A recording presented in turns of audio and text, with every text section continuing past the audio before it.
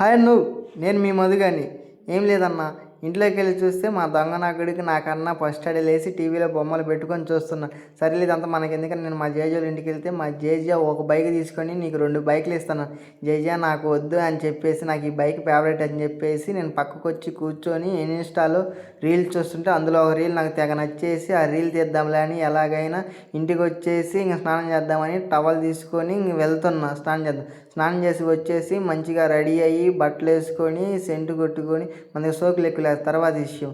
వెళ్ళిపోతున్నా రీల్ తీద్దామని వెళ్తున్నెలక బయటకు వచ్చాక విపరీతమైన ఎండ కొడుతుంది. సరేలే అని ఎలాగైనా రీల్ తీద్దామని బైక్ తీసుకొని బైక్ మీద వెళ్ళిపోతున్నా.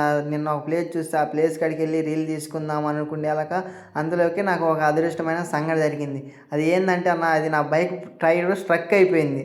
అది ఎలాగంటే అయిపోయిందో నాకే అర్థం కాల. సరేలే ఒకసారి మీరే చూడండి. అదిగో